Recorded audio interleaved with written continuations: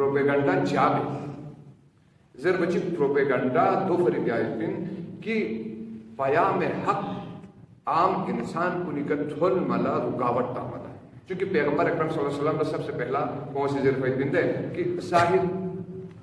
مجنونی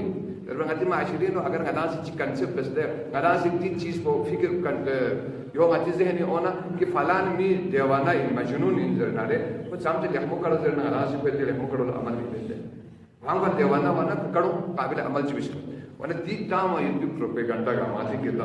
کردار ہوتی چیز میں پروپیگنڈوں کے یہاں دقت گیا بس میں واقعا اگر معاشرین کا قسم میں پروپیگنڈے امت نارے جو بھی پروپیگنڈے بھی جو ہے نو اصل مقصد کو چاپ اس کے پروپیگنڈے چاپ دوسرا کہا عام یہ پروپیگنڈا میں مطلب یعنی کہ معاشرین نوہاں اتحام چک چک لگنا سے بہتان تام اتحام تام کو ایجنین فلان دو ایجنین دو جی تمام چیزات کو لیکن جوان کو کی ذمہ داری دوئیں تحقیق جس کی علت اصلی چی چازر غدا دری دی حد کا چک چک کو دشمن ملپا دوست ان در باید کولا تیار مت باید بی وجہ اصلی چی غازی یہاں چی دشمن انزربا یہاں چی غا دشمن انزربا مقصد اصلی چی ذربنا مقصد اصلی ہوئی کہ اثر تبلیغ ختم کیا